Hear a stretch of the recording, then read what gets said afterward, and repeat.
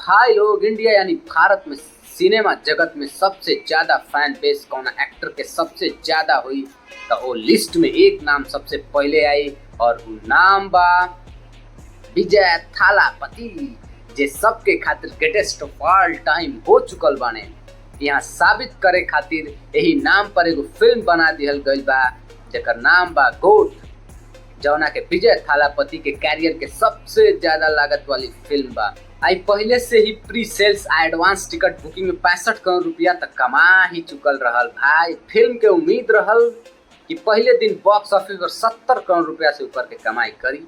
हालांकि कामकाजी दिन के बावजूद फिल्म 5000 स्क्रीन पर तमिल, तेलुगु और हिंदी में रिलीज भई। भारत में 43 करोड़ रुपया नेट कमाई कैलस। सैकमिल के अनुसार तमिलनाडु में फिल्म लगभग 38 करोड़ रुपया के कमाई कैलस आ तेलुगु संस्करण में 3 करोड़ आ हिंदी संस्करण में थोड़ा कम कमैलस, काहे से कर हिंदी वर्जन बहुत खराब है। इनमें कमाई 1.7 करोड़ के ही कमैलस। फिल्म लियो 145 करोड़ रुपया के साथ विश्वव्यापी रूप में खुलल रहल, पूरा बॉक्स ऑफिस हिला दिले रहे भाई लोग। गोट पे चर्चा कई जा 60 करोड़ रुपया से अधिक के विश्वव्यापी कमाई ना कपावल। बहुत सारा रीजन बा एकरी पीछे जौन की आपके आवे वाला रिव्यू में बतावल चाहिए। तो चली तो भाई लोग और उनकर बहन लोग कैसन पानी आप सब। तो फिल्म मशहूर डायरेक्टर वेंकट प्रभु के निर्देशन में बनल गोट में विजय के 2 रोल में नजर आई हैं। यही फिल्म में सहयोगी कलाकार में प्रशांत, प्रभुदेवा, मोहन, स्नेहा, जयलता, मीनाक्षी चौधरी और अजमल अमीर शामिल बने। इतना ही ना, फिल्म के निर्माता एशियम एंटरटेनमेंट के बैनर तले भइल बा। आ संगीत में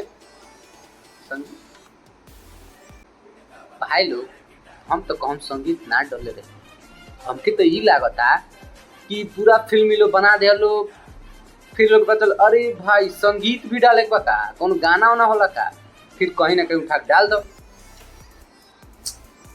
क्या कहिए, फिल्म के तकनीकी टीम के सिनेमेटोग्राफी सिद्धांत नूनी और एडिटिंग वेंकट राजन बाणे, जौन की एक नंबर बा भाई लोग। VFX के जौन तरह यूज कल गई बा, ऐसा लागत पैसा के एकदम यूज कल गई बा।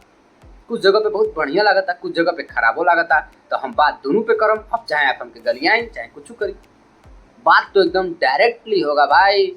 और भाई विजय सर के फैन तो हम पहले से बानी। अब बात करी फिल्म के बजट पे, तो गोट के बजट सुन के होश उड़े वाला बा भाई लोग। कुल बजट 350 करोड़ से लेके 400 करोड़ के बीच में बा। जी हाँ, बजट। ये फिल्म तमिल सिनेमा के सबसे महंगा प्रोजेक्ट में से एक बा, काहे कि फिल्म विजय सर के आखिरी 2 प्रोजेक्ट में से एक बा।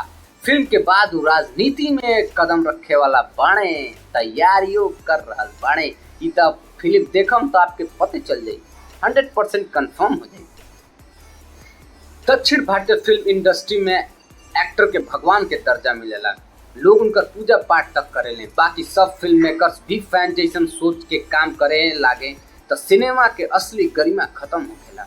ऐसा काहे बात करतनी, का हो गइल बा, आप फिल्म देखम तो आपके पते चल जाई।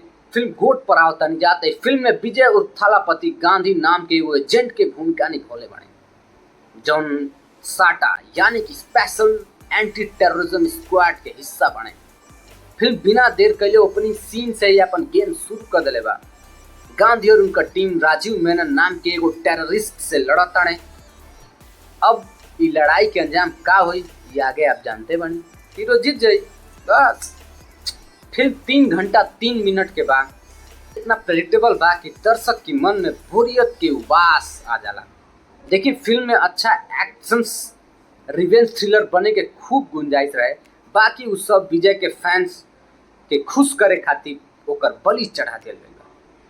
मेकर से कर ऐसन तैसन कर दिल।